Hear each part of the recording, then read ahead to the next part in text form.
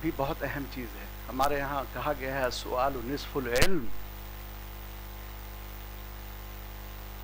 تو آپ اس جانب بھی توجہ ہمیشہ رکھیں کہ جو سوال کر رہے ہیں وہ کیا ہے.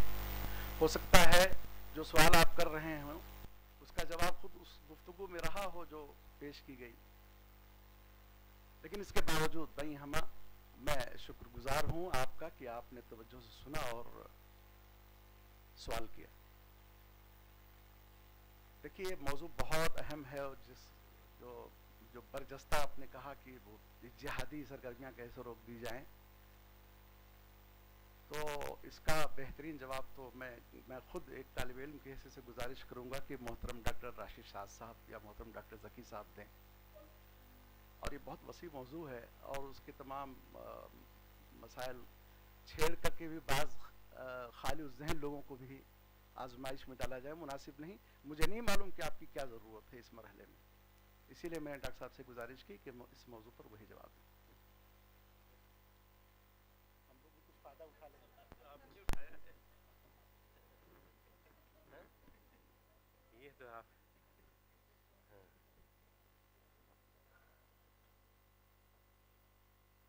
بسم اللہ الرحمن الرحیم.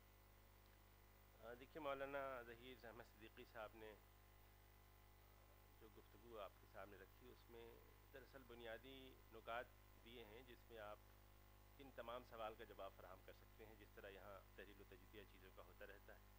ابھی پچھلے دنوں کشمیر سے کچھ احباب آئے تھے, اور کشمیر کے مسئلے پر کئی بار ایسا موقع ہوا. پچھلے سال میں واشنگٹن گیا, وہاں احباب نے پوچھا کہ بھائی آپ کا کیا نقطہ نظر ہے. تو وہاں بھی میں نے یہی بات کہی کہ دیکھیے جو اس وقت صورتحال کشمیر میں درپیش ہے مسلمانوں کو, تو ضرورت اس بات کی ہے کہ وہ اسٹال کر دیں اس جد و جہد آزادی کو جس کا وہ نعرہ لگا رہے ہیں. اسٹال کرنے کا مطلب یہ نہیں کہ اسے دستبردار ہو جائیں, بلکہ یہ ہے کہ جب تک کہ آپ کی پوری تیاری نہ ہو دشمن سے مقابلے کے لیے, اور پھر یہ کہ اس کو بھی اسکروٹنائز کریں کہ یہ جو تحریک اٹھی تھی اس کے کیا محرکات تھے, اس کا پس منظر کیا تھا, اب کہاں پہنچے ہیں, مستقبل کیا نظر آ رہا ہے. اسی طرح سے اگر آپ اس سوال کو سامنے رکھیں تو دیکھیے آپ صلی اللہ علیہ وسلم کے اسوہ میں کہ اس کی کئی مثالیں مل جائیں گی کہ مسلمانوں پر مظالم ہوئے ہیں, اور مکی ادوار تو آپ کے سامنے ہیں کہ لوگوں پہ کیا کیا نہیں ہوا. لیکن یہ کہ اس کا جب آپ کہہ رہے ہیں کہ صاحب جس کی آبرو لٹ گئی ہے, ماں ماری گئی ہے, بچہ بندوق کیسے نہ اٹھائے, تو رسول اللہ نے پوری اس کی تربیت دی ہے کہ ان تمام مظالم کو اس وقت تک کے لیے مؤخر کیا جائے جب آپ اس کے لیے پوری طرح اکوپ نہ ہو جائیں. اور کبھی بھی آپ صلی اللہ علیہ وسلم نے ایسا نہیں کیا جنگی صورتحال میں, یعنی پوری جدوجہد میں آپ دیکھیں کہ مسلمانوں کی کم سے کم جانی نقصان پر بڑی سے بڑی کامیابی حاصل کی ہے. یہ رسول اللہ کی جنگوں کا ایک پیٹرن ہے.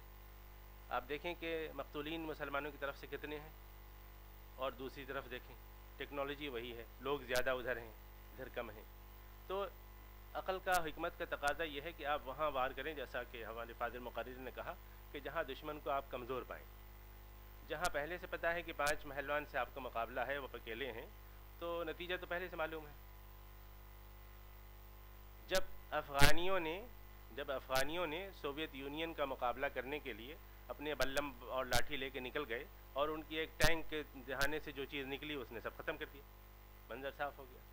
تو ان کو سمجھنے میں کچھ وقت لگا, ہمارے ساتھ یعنی بولنے والے افغانی بھائیوں کو کچھ وقت لگا کہ جو چیز ان کے پاس ہے اس کا مقابلہ ہم نہیں کر پا رہے ہیں. یہاں تک کہ انہوں نے ٹینک چھین کر ان کا, اور پھر اس میں تربیت حاصل کی, اور پھر اس کو ان کے خلاف استعمال کرنے لگے. اس درجے کی ٹیکنالوجی ان کو دوسرے فریق نے فراہم کر دی. تو پھر انہوں نے اپنی یعنی عزم اور حوصلے سے دنیا کی سب سے بڑی آرمی کو انہوں نے شکست دے دی. تو بات یہی سمجھانے کی کوشش کی جا رہی ہے کہ دیکھیے ایک ہوتا ہے اسپونٹینیس ری ایکشن, امپلسو ری ایکشن ہوتا ہے کہ آپ کو کسی نے گھوسا مارا اور آپ نے اس کو پلٹ کے گھوسا مارنے کی کوشش کی. اس میں حکمت اور دانائی اور اس میں اسٹریٹجی کو دخل نہیں ہوتا. ضرورت اس بات کی ہے کہ دیکھیں کہ آپ گھوسا بھی اگر ماریں تو وہاں ماریں جہاں آپ اس کو مجروح کر سکیں. یہ ایک یعنی عام یعنی جو ایک عقل کی بات ہے نا وہ ہے. اور جب آپ صلی اللہ علیہ وسلم کے مشن کے آپ امین ہیں اور ہم امین ہیں, تو ظاہر ہے کہ اس پورے پیٹرن کو دیکھیں گے کہ ہمارا جو ری ایکشن ہے وہ وہاں ہوتا ہے، سڑکوں پہ ہوتا ہے مظاہرے. اب دیکھیے فلسطین کے مسئلہ سامنے آیا تو بالکل امریکہ کو، دوسری قوتوں کو پتہ تھا کہ اس کا ری ایکشن کیا ہوگا، کیسے ہوگا، اور وہ ایسے ہوا. اور اس کے نتیجے میں پھر وہی جانیں گئیں، پھر جنازے اٹھے اور ان جنازوں کا میں پھر بھیڑ بڑھی اور پھر اس پر سے جنازے اٹھتے، یہ سلسلہ چلتا رہا. تو اس سے ایسا لگتا ہے کہ ہم لوگ کچھ خالی الدماغ قسم کی قوم ہے. ہمیں پتہ ہے کہ کیا ہونا ہے، لیکن پھر اسی راستے پہ آگے بڑھنے کی کوشش کرتے ہیں. تو ضرورت اس بات کی ہے کہ فہم تدبر کا مظاہرہ کریں اور دیکھیں کہ ہم اس کو کیسے، اس صورتحال کو کس طرح بدل سکتے ہیں. دیکھیے اس وقت صورتحال یہ ہے کہ بات شاید اصل میں دیکھیے انہوں نے میرے خیال ہے میں اس دام میں آ گیا ہوں کیا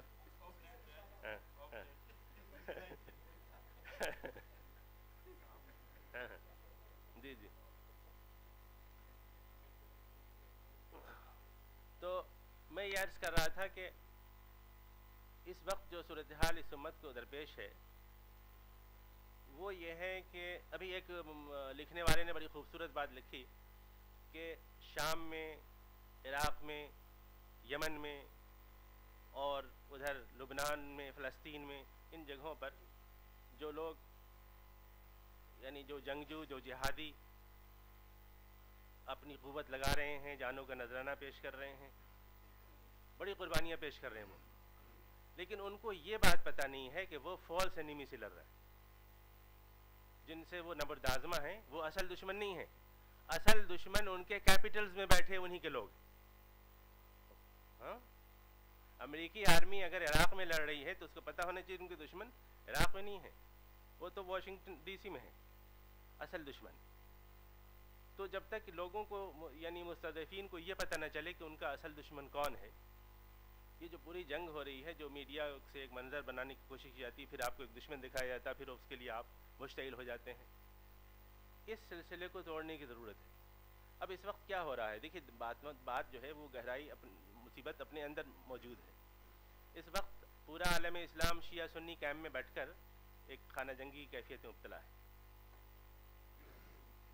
اب یہ جو عمار کے اور یعنی جو مددگار کیا کہتے ہیں، زینب کے مددگار جو جا رہے ہیں شام سے، عراق سے، زینبیہ کی مدافعت کے لیے، جو مقبرہ ہے زینب کا، یہ کون لوگ ہیں اور یہ تاریخ کہاں سے آ رہی ہے؟ اس کو سمجھنے کی ضرورت ہے کہ یہ جو 1400 سالوں میں ہمارا زوال مسلسل جاری ہے اور یہ روک نہیں رکتا ہے، اور جس کی طرف فاضل مقرری نے بتایا کہ ہم ایک ایسی صورتحال میں آ گئے ہیں جہاں اس سے نکل نہیں پا رہے ہیں. تو ہمیں یہ سمجھنا ہوگا کہ نمبر ایک تو یہ کہ ایک امپلسو ری ایکشن ہمارا نہ ہو جیسا کہ ہوتا ہے. یہ ایک جذباتی قسم کا اپروچ ہوتا ہے کہ صاحب ہمارے ساتھ ایسا ہوا، بالکل ہوا، یعنی ہم آپ سے زیادہ اس درد میں شریک ہیں، لیکن اس کا رسپانس کیا ہونا چاہیے، مومن کا رسپانس، اس کو ورک آؤٹ کرنے کی ضرورت ہے. رہی یہ بات کہ اس پر بھی غور کرنے کی ضرورت ہے کہ جہادی تنظیموں نے جو اتنی زبردست قوت صرف کی ہے میدان میں، ہم لوگ تو اسی تحریک کے پروردہ ہیں.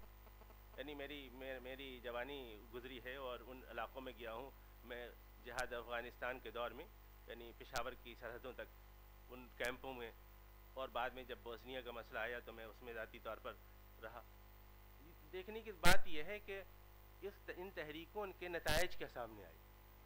ڈاکٹر ذکی کرمانی صاحب موجود ہیں. اس وقت جب صدی ہجری کی امید تھی، یعنی 15ویں صدی کی آمد تھی، یعنی ہم لوگ اس نسل کے لوگ ہیں، لگتا تھا کہ صاحب اب ایک نئی دنیا بننے والی، لیکن چونکہ ان کی بنیادیں خواب و خیال میں زیادہ تھیں، حقیقت میں کم تھیں، لہٰذا وہ دنیا طلوع نہیں ہو پائی.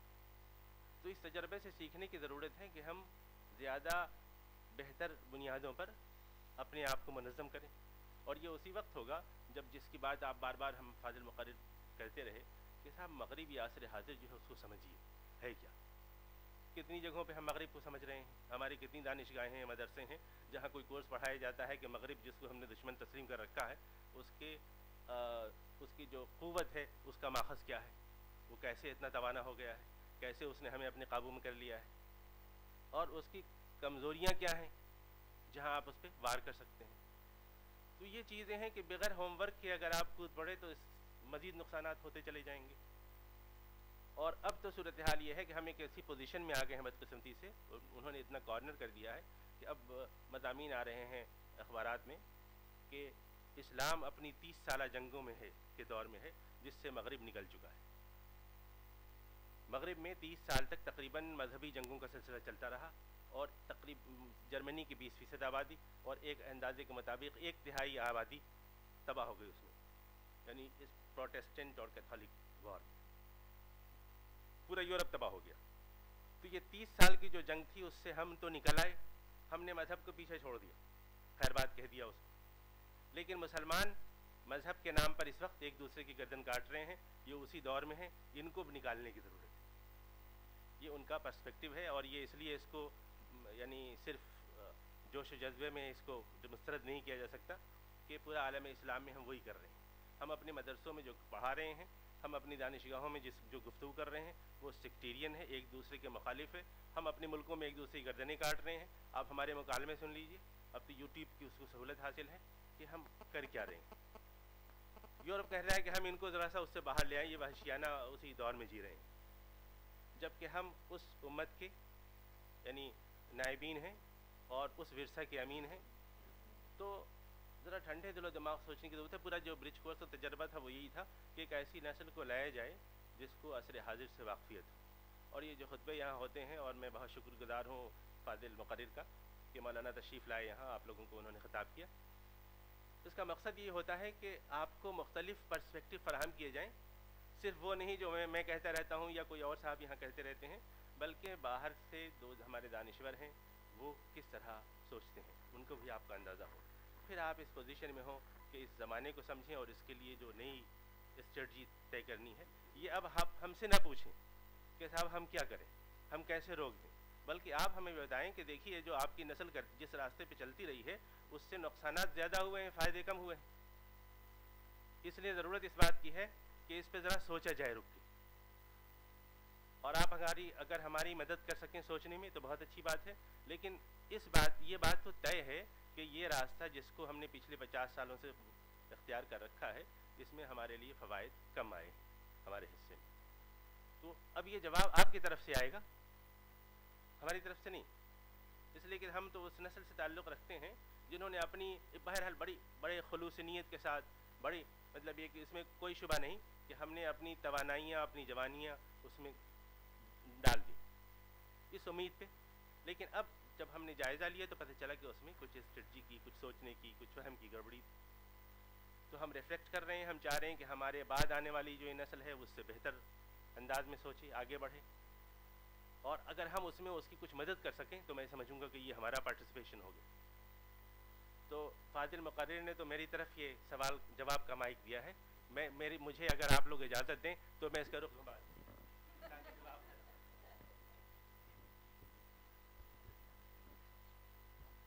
ایک سوال مجھے حکم ہے فاضل مقرر کی طرف سے کہ اس کا جواب میں اصل میں یہ دونوں حضرات میرے اساتذہ ہیں تو میں بھی کچھ استفادہ کروں گا۔ اب یہ مولانا کی محبت ہے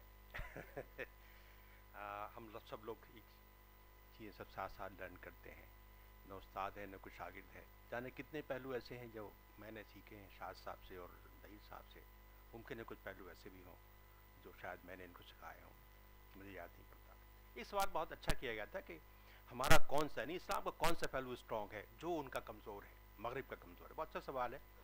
بات واضح ہے کہ اس دنیا کا تصور، انسان کا تصور، انسان کیا ہے، دنیا کیا ہے، اس میں مقام کیا ہے، کرنا کیا ہے، یہ جو پہلو ہیں سب عقائد سے جنریٹ ہوتے ہیں، عقائد ان کا ایک نقشہ بناتے ہیں۔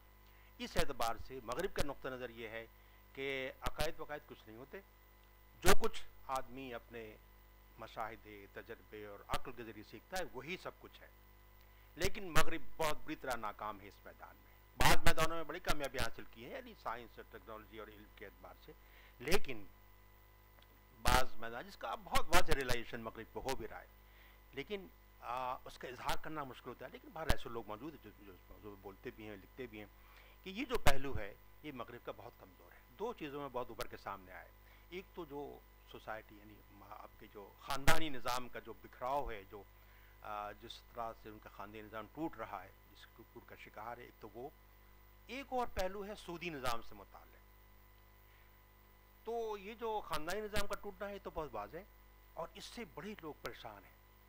اور یہ جو آپ دیکھتے ہیں نا، جو لوگ اسلام قبول کرتے ہیں اس میں اکثریت خواتین کی ہوتی ہے. خاندان میں پیوٹل پوزیشن حاصل ہوتی ہے، عورت کو حاصل ہوتی ہے. عورتیں سے بہت متاثر ہوتی ہیں، اور تعداد زیادہ عورتوں کی ہوتی ہے. عورتیں بہت اسلام قبول کرتی ہیں. وہ ایک الگ پہلو، الگ سے بحث ہو سکتی ہے کہ وہ بھی اتفاق سے جس عقیدے کی ہم تعلیم دیتے ہیں ان لوگوں کو، اس کی دعوت دیتے ہیں، وہ سیکٹیرین بنیادوں پر اس کا پنپا ہوتا ہے. لیکن وہ الگ پہلو، اس پر بحث نہیں کر رہے ہم. لیکن بہرحال اسلام کا یہ پہلو ان کو اٹریکٹ کرتا ہے. تو یہ پہلو ان کا بہت کمزور ہے. دوسرا ایک معاشی پہلو ہے، وہ ہے یہ جس کا تعلق سود سے ہے. ان کے ہاں یہ تصور ہی نہیں ہے کہ آپ کسی کو قرض دیں اور بغیر سود کے، بغیر منافع کے آپ کو حاصل اس کا واپس ہو جائے. تصور نہیں ہے. ہمارے ہاں باقاعدہ یہ ایک انسٹیٹیوشن ہے کہ قرض دینا ہمارے ہاں کیا ہے، ایک قدر ہے، ایک ویلو ہے. انکریج کیا گیا کہ کوئی ضرورت مند ہو اس کو قرض دیا جائے، اور قرض لینے سے منع بھی کیا گیا. دیکھیے دونوں باتیں ہیں. قرض لینے کو ڈسکریج کیا گیا، لیکن قرض دینے کو انکریج کیا گیا.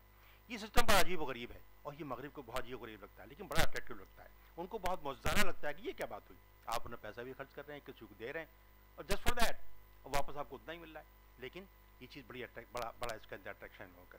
تو یہ جو پہلو ہیں اسلام کے، اور بہت سے پہلو ہو سکتے ہیں، ان پہلوؤں کو ابھارنا چاہیے، ان کو بتانا چاہیے.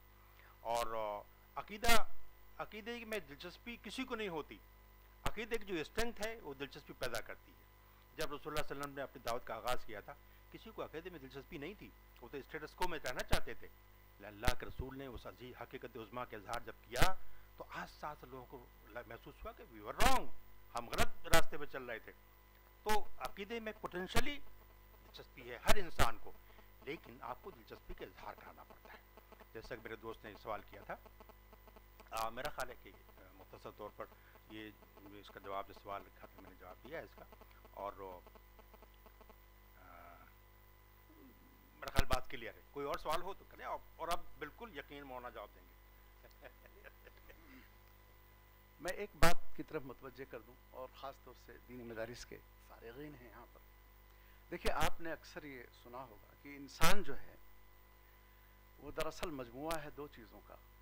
وہ انسان ایک جسم کا ہے اور ایک روح کا ہے. آپ جانتے ہیں کہ جسم کا تعلق حیوانی جسم ہے یہ، مگر اس میں جو روح رکھی گئی ہے وہ کسی دوسرے عالم کی ہے، اور اسی لیے اس روح پر بہت توجہ دی گئی ہے، اس کی تربیت، اس کی آپ جانتے ہیں. اچھا، روح کا مسکن قلب کو بنایا گیا ہے، دماغ کو نہیں.